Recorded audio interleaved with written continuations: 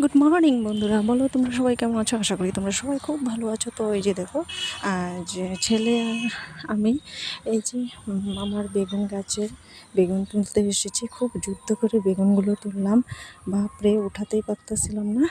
তারপরে অনেক কষ্ট করে ছেলে আর আমি মানে পারলাম। বেগুনগুলো এত ভালো, এত সুন্দর হয়েছিল। আর হয়েছে অনেকগুলো।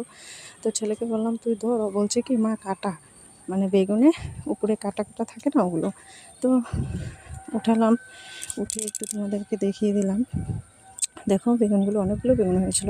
তারপরে যে দেখো আমাদের পাশে কীর্তন ছিল, তো কীর্তনে চলে গেলাম। 1-1.5 ঘন্টা কীর্তন দেখলাম, ছেলেও খুব হ্যাপি। তারপর আমরা এসে বললাম, আসার পর ছেলেকে একটু পড়তে বসালাম। পড়তে তো বসাতেই হবে, তো এখন স্কুলে দেব ওকে, প্রায় 3 বছর হবে। তো ঘরে একটু একটু নিয়ে বসি, যতটুকু পড়ে খেলার মাধ্যমে পড়াতে হবে তো ওদেরকে। আর ক্লে নিয়ে কী জানি বকছে, তা আমি বলছি তুই পড়াশোনা কর। বলে কি আমি খেলবো এখন ক্লে দিয়ে। আচ্ছা ঠিক আছে, এত জবরদস্তি তো আর করা যাবে না বাচ্চাদেরকে।